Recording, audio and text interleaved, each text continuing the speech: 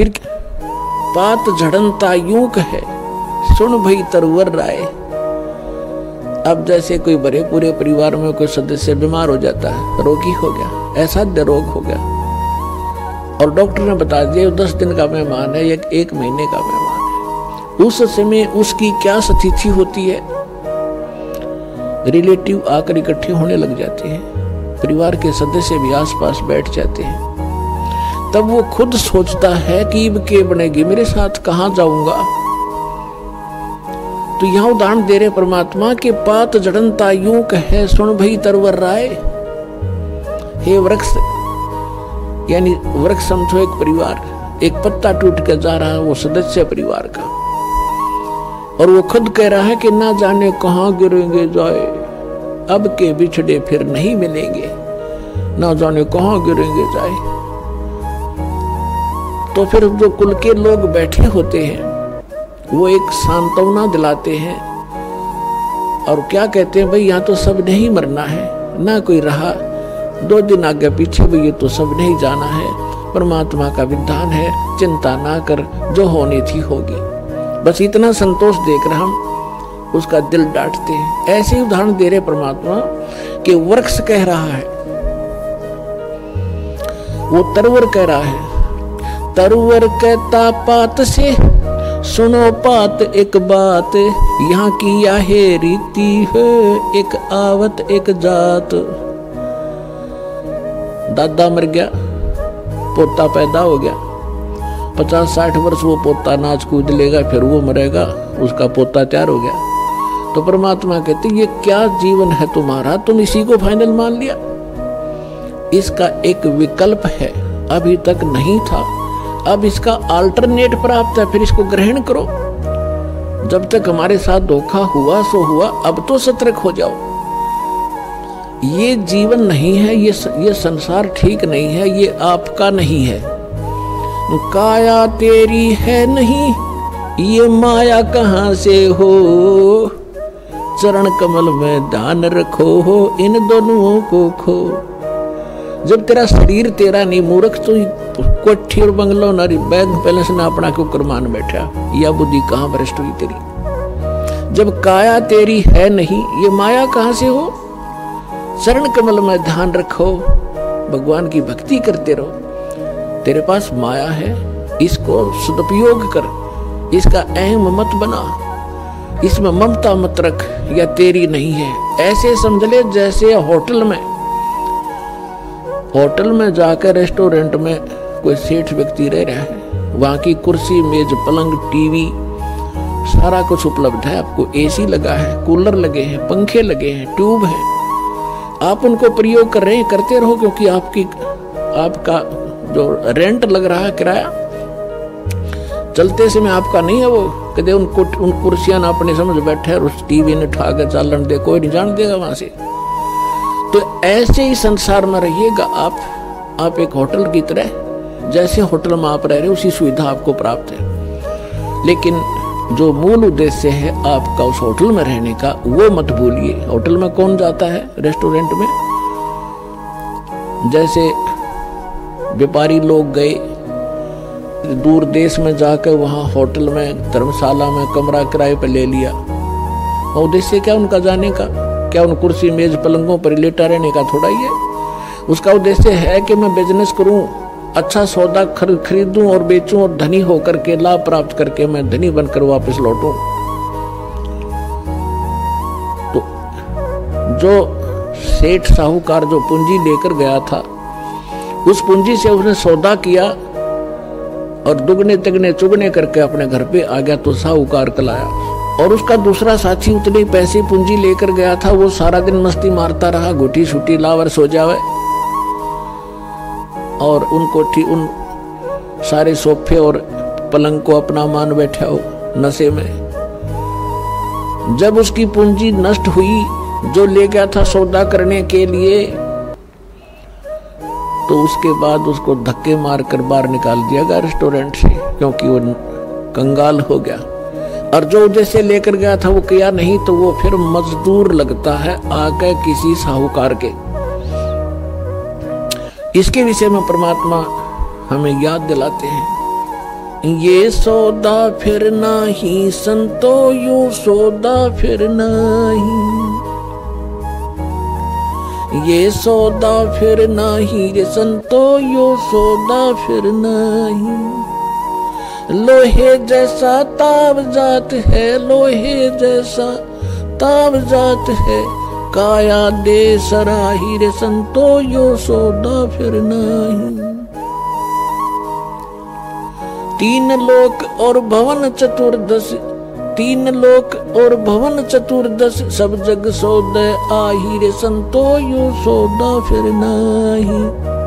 ये सौदा फिर नाही रे संतो, यो सौदा फिर नाही। दुगने तिगने किए चौगने, दुगने तिगने किए चौगने, और किन्हू मूल गवाई रे संतो, यो सौदा फिर नाही।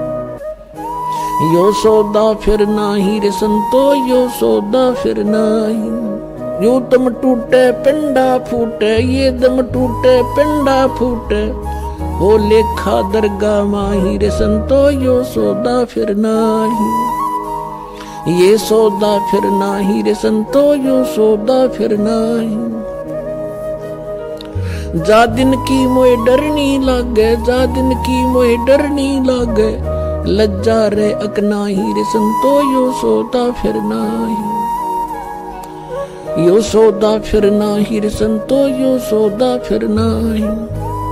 फिर बताते हैं कि कुल परिवार तेरा सकल कबीला, पुर कुल परिवार तेरा सकल कबीला, मसलत एक ठराही रे संतो, यो सौदा फिर नाही। बांध पिंजड़ी आगे धर लिया, बांध पिंजड़ी आगे धर लिया, फिर मरहट में ले जाई रे संतो, यो सौदा फिर नाही। यो सौदा फिर नाही रे संतो, यो सौदा फिर नाही। अग्नि लगा दिया जद लंबा, अग्नि लगा दिया जद लंबा, फूक दिया उस ठाई रे संतो, यो सौदा फिर नाही। यो सौदा फिर नाही रे संतो, यो सौदा फिर नाही। प्राण बांध फिर पंडित आए, पीछे गरुड़ पढ़ाई रे संतो, यो सौदा फिर नाही। यो सौदा फिर नाही रे संतो, ये सौदा फिर नाही। प्रेत शिला पे जा बिराजे, प्रेत शिला पे जा बिराजे, पितरों पिंड बराई रे संतो, यो सौदा फिर नाही। यो सौदा फिर नाही रे संतो, यो सौदा फिर नाही। बहुर श्राद्ध खान को आए, बहुर श्राद्ध खान को आए, काग भयो कुलमाई रे संतो, यो सौदा फिर नाही। यो सौदा फिर नाही रे संतो, यो सौदा फिर नाही। नरसेती तू पशुआ की जय, नरसेती तू पशुआ की जय, गद्दा बैल बनाई रे संतो, यो सौदा फिर नाही। यो सौदा फिर नाही रे संतो, यो सौदा फिर नाही। ये 56 भोग कहाँ मन बोरे, 56 भोग कहाँ मन बोरे, कित कुरडी चरणे जाई रे संतो, यो सौदा फिर नाही। यो सौदा फिर नाही रे संतो, यो सौदा फिर नाही। जय सतगुरु की संगत करते, जय सतगुरु की संगत करते, यो सकल कर्म कट जाई रे संतो, यो सौदा फिर नाही। यो सौदा फिर नाही रे संतो, यो सौदा फिर नाही। अमरपुरी पर आसन होते, अमरपुरी पर आसन होते, जहां धूप न छाई रे संतो, यो सौदा फिर नाही। यो सौदा फिर नाही रे संतो, यो सौदा फिर नाही।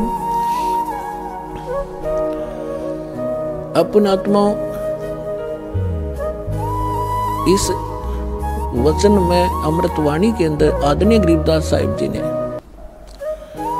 परमात्मा की महिमा और इस जीव की दशा बताई है।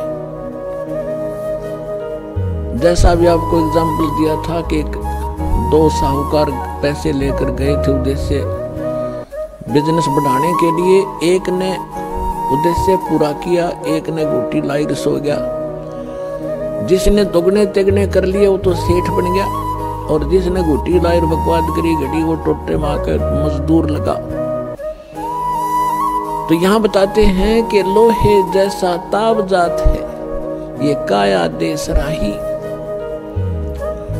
अब जैसे कारीगर होता है, लोहे को गर्म करता है ऐरण में, उसको खूब गर्म कर देता है, उस गर्म रहते ही उसके ऊपर वो चोट लगाता है या किसी मोल्ड में डाल देता है, तो जिस उद्देश्य के लिए वो गर्म किया था तो वो सफलता प्राप्त कर लेता। जब गर्म पर कर गया था, और जब वो जरा सा ठंडा हो गया, फिर चाहे सारे गन्ने झाड़ ले, वह चीज नहीं बनेगी, बांगा टेढ़ा हो जाएगा। तो यहाँ बताते हैं कि लोहे जैसा तावजात है ये मनुष्य जीवन आपका है।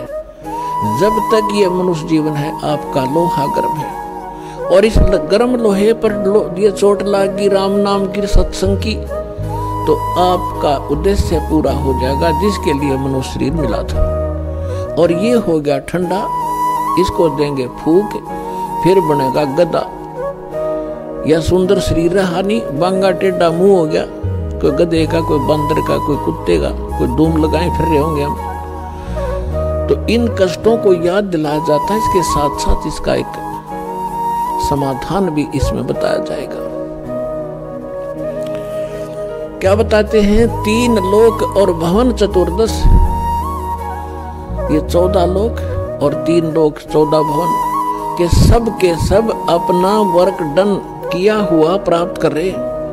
सब सौदे के लिए ही ये आते हैं, यहाँ पर सौदा करके जाते हैं। जो जैसा कर्म करता है वैसा ही फल इनको ये मिल जाता है। 3 लोक और भवन चतुर्दश सब जग सौदे आही, और दोगुने तिगुने करे चौगुने किन्हु मूल गवाई। ये मनुष्य जीवन के श्वास आपकी मूल धन है, ये मूल पूंजी है।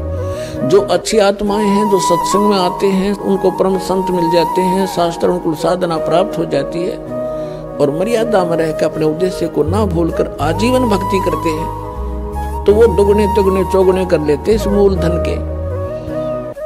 और जो केवल सारा दिन राजनीति में गुटी सुटी लाई ताश खेले बकवाद घड़ी पेट भरने के लिए धंधे में लगे रहे, बस उसी को फाइनल मान लिया, तो कहते उन्होंने मूल गंवा दिया, वो मूल धन नष्ट कर दिया, मनुष्य जीवन को बर्बाद कर दिया। उसके बाद फिर क्या होगा? कहते हैं ये दम टूटे, श्वास खत्म होंगे, ये शरीर नष्ट हो जाएगा, समाप्त होगा। फिर जीवात्मा तो ऊपर ले जाएंगे पकड़ कर यम के दूत, और पीछे से ये नकली धर्मगुरु हमारे इसकी क्रियाक्रम पर ला देंगे हमने, और वहां उसकी दुर्गति हो रही होगी ऊपर, या हम क्रियाक्रम करके उसकी गति की चिंता कर रहे होते। क्या बताते हैं कि उस दरगाह में मार पड़ेगी, यम पकड़ेंगे बाही।